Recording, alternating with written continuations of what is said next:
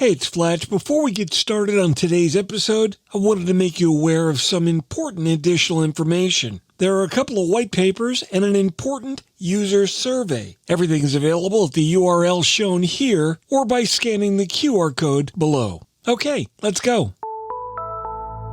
All right, let's do this. Well, we've officially reached that point in society where a teenager being separated from a cell phone for 6 hours is treated somewhere between a constitutional crisis and an extinction-level event. But behind the eye rolls, confiscation bins, and that one kid still trying to text under the hoodie, there's actually a very serious public safety question hiding in plain sight. And that's coming up next on TiPS, Today in Public Safety. Welcome to TiPS, Today in Public Safety, your go-to podcast for today's breaking stories and public safety news. Here's your host, Fletch, with today's tips. Welcome to TiPS, Today in Public Safety. This is Fletch. I'm a NENA certified ENP. And every Monday, Wednesday, and Friday each week, I bring you the latest news and information about public safety and next generation 911 services and solutions. Today we're talking about cell phone bans during the school day as a way of stopping distractions. But do they cut off communications in an emergency? Look, let's be honest, cell phones are no longer some optional gadget that people carry around for fun. They're part of daily life. For adults, they're our camera, our calculator, GPS, and flashlight. Our shopping lists, our appointment book, and our panic button and weather alert monitor. And unfortunately, sometimes our excuse for ignoring people in public. Now, for kids, especially students, it's no different. Whether we like it or not, that device is part of their normal world. It's also how they communicate, how they learn things, and how they socialize. And yes, how they occasionally pretend to be paying attention in class while absolutely not paying attention in class. Now, let's be fair to the schools here. This isn't some imaginary problem that's been cooked up by cranky adults who miss the chalkboards and overhead projectors. Phones can be a huge distraction. Texting in class, social media drama, bullying, cheating, recording teachers, recording other students, doom scrolling during biology, and most likely buying sneakers online while somebody's trying to explain fractions. Yeah, it's a mess. So I completely understand why many schools have gone full bell to bell with their bans. Put the phone away when school starts and don't touch it again until the bell rings. On paper, that sounds clean, simple, and totally enforceable. And from an education standpoint, I get it. You cannot compete for a student's attention when their phone is basically a slot machine sitting in their pocket. But here's where public safety walks into the room and clears its throat. We're living in a time where active shooter events, medical emergencies, fights, lockdowns, and other critical incidents are all part of the school safety conversation, whether we like that fact or not. Parents know it, students know it, staff knows it, and that is what changes the emotional math. Parents want to be able to hear from their kids, especially in an emergency. Kids want to be able to reach a parent. And in a real emergency, some students may be in a hallway, or on the athletic field, in a remote wing or on a bus loop, or tucked away in some corner of the campus where there is no convenient classroom phone, sitting there and waiting like it's 1987.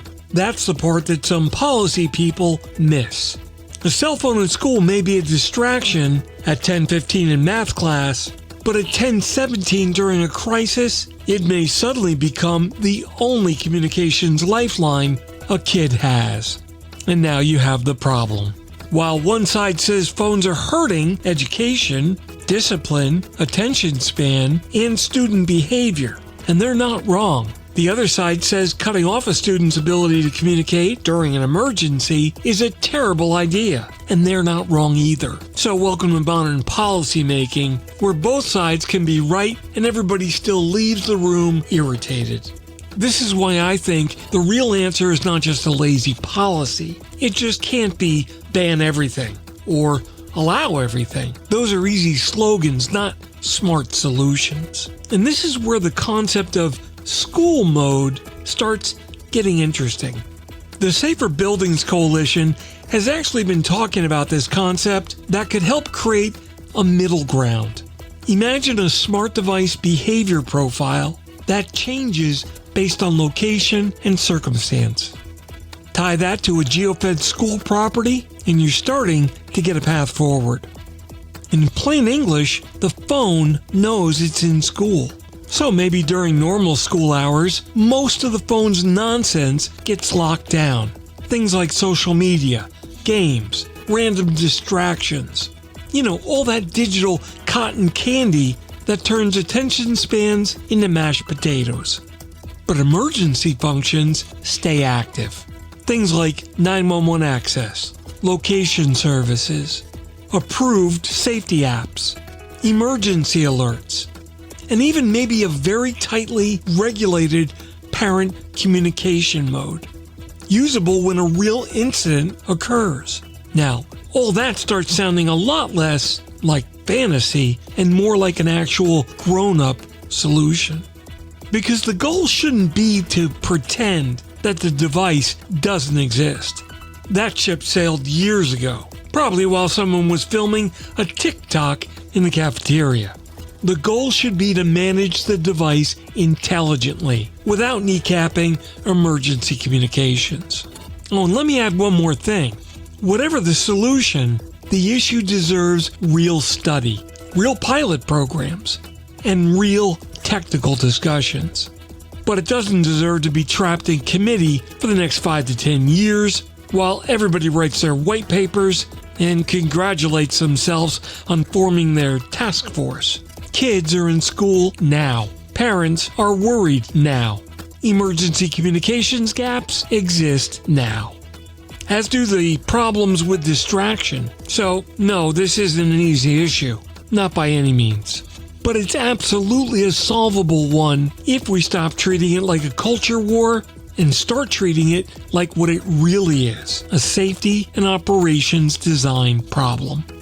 And quite frankly, that's what public safety does best when it's at its best. We look at the real messy real-world problems, then strip away all the nonsense and build systems that work when people need them the most.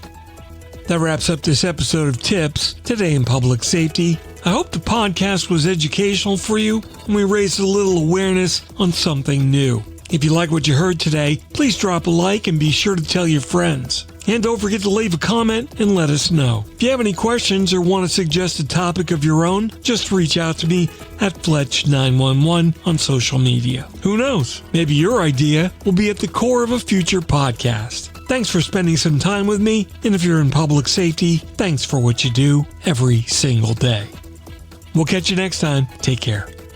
You've been listening to TiPS, Today in Public Safety, your go-to podcast for today's breaking stories and public safety news. Hosted by Fletch and available every Monday, Wednesday, and Friday. Catch past episodes on 911tips.com. Be sure to like and subscribe, and remember to join us each week for the latest on NG 911.